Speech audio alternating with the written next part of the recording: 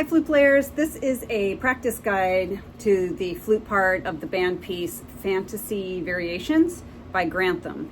And this movement is Variation 17. And I'm going from this book here, Flute and Piccolo Excerpts for Wind Band, which I'm kind of going through and doing some practice guides on. Anyway, I thought, I've never heard of this piece before, but I came across this Variation 17 and I thought, oh, this looks like fun. But then as I got into it, it's actually really insane. I'm going to play it down once, and I'm using almost all harmonics, so if my tone sounds weird, that's why. And then I will go back and go over the fingerings I'm using, practice tips that I used that might be helpful for you, and things like that.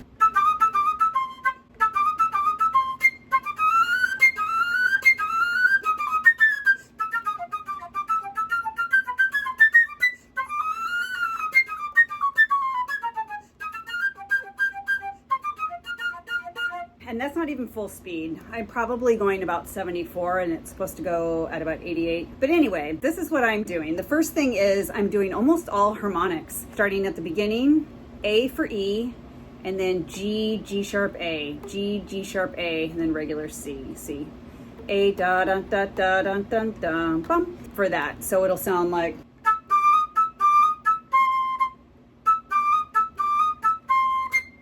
regular high C. I mean, you could do regular fingering. I don't know, especially if you have a split E on your flute, then you don't have to worry about pinky up on the E's and stuff. I just opted to do harmonic fingerings right there just to make it cleaner because I thought I was going to make my way all the way up to 88, but gave up at about 74. And then when you get to that high C, just regular fingering high C, I would encourage though to do high C with your pinky, not this extended pinky thing. Some people learn to do their high C's where your right hand pinky goes all the way over to this little lever thing. To me, that's completely unnecessary. The only time you ever need that is to bring the pitch down. I mean, for a technical passage, it's just much easier to do C, C instead of C, C, this like extension thing. I would not do that. And then just talking my way down here, pickups to the next line, double tonguing, taka. You'll never be able to make it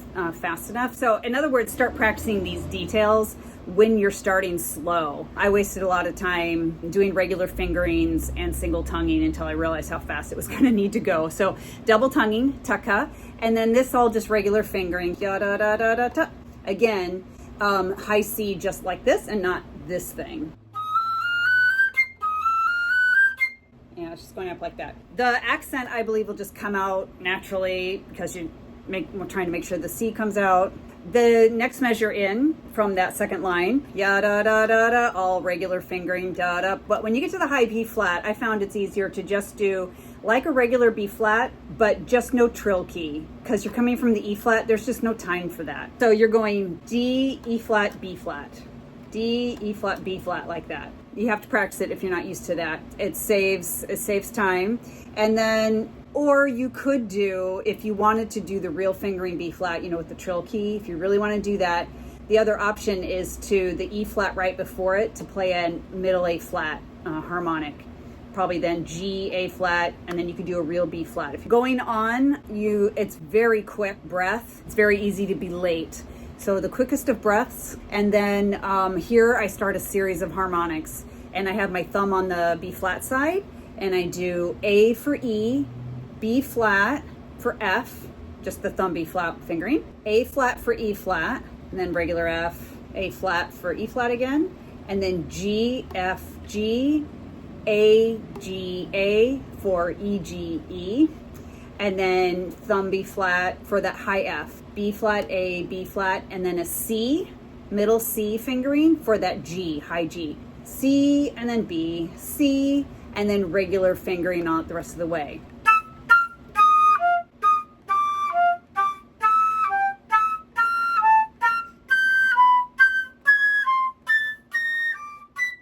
Like that. So it does alter the tone quality a little bit, but if you're playing this in a band, and not for an audition, I would definitely work out the harmonic fingerings or some kind of alternate fingerings, even at the expense of your tone, because no one's gonna really hear you. It sounds completely chaotic if you listen to a recording. But if you're doing it for an audition, I would still do the harmonic fingerings, honestly, because it's much cleaner sounding if you work it up. Okay, and then next measure, the third measure into the third line. Nothing real here, just regular fingerings. Again, you have to go quick. That eighth rest is very quick. Yeah, da da da da da da da. So just a chromatic scale. But again, that high C that comes after the E flat when you get out of the chromatic scale, E flat C, just like real easy. None of that. You don't need that. Okay, we made it to the last line. You just have to practice it, drill it in certain ways, and I'll go over that in a minute. And then double tonguing the ta ka ta ta ta ta ta ta ka ta ta ta ta ta. So those are all the fingerings I would do. Now for some practice strategies. The main basic one is you start as slow as you have to. I would go real slow, like I have 63 up here on my metronome, and I'm going to do it in quarter notes. So I'm going to start right off doing the alternate fingering, so all the harmonics, and just aim to be as accurate and clean as possible.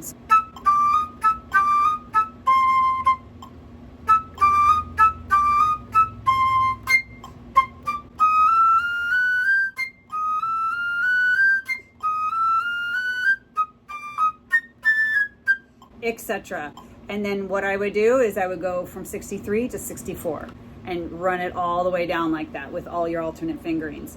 That is the best way to practice, from as slow as possible where it's more or less perfect and you are in control of your fingers, or your mind's in front of your fingers, and then you work your way up from there. And then eventually you would have to switch to half notes with your metronome. Another way to practice, find the problem area. If the problem area is the high C, then just do the note before it, the C, and the note after it.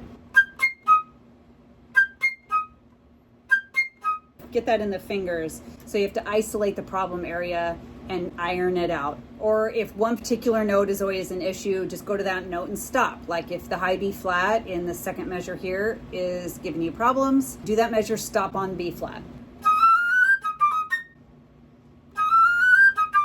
The third line is really the big issue. That's where it gets very difficult. It helped me to start that line very soft and light, in that way, so that I don't lose control. That might be helpful. So in other words, don't play too loudly. I spent some time here just doing it in little spurts.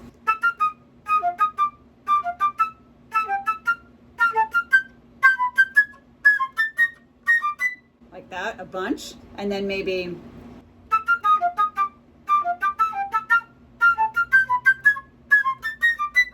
doing 2 sets of triplets, and then a whole measure.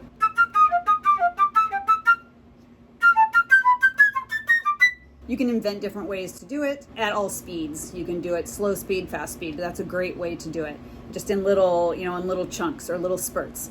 Same kind of idea, the last measure of the third line, going into the last line, just kind of stopping to make sure your brain is ahead of your fingers. So for instance,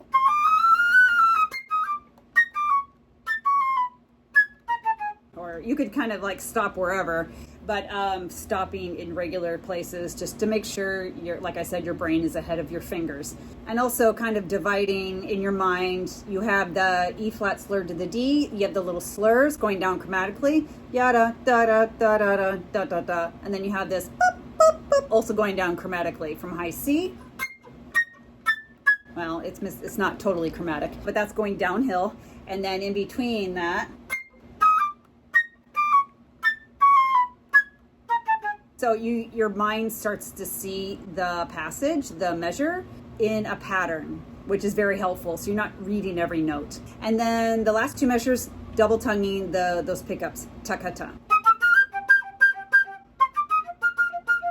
Again, if you're playing this in band, not an audition, and you've worked on this, you've drilled all the spots, you've practiced it slow, and you just cannot keep up. And you need to, as I always tell my flute choir, you need to stay on the train. What I would do is I would modify it, since no one's going to know the difference in this particular passage. You have a lot of options. So whatever works for you, like in the third line, if you could maybe do just doing the first 2 notes of the triplets, or just maybe the top notes, not the second note of the triplet.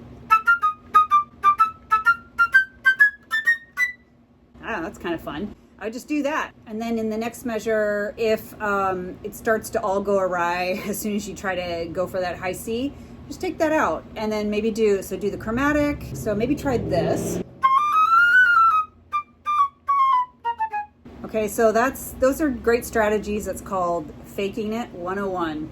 Comes in handy all the time. The recording I listened to get an idea of what this sounded like in context, and this is what it sounds like right at where our entrance is.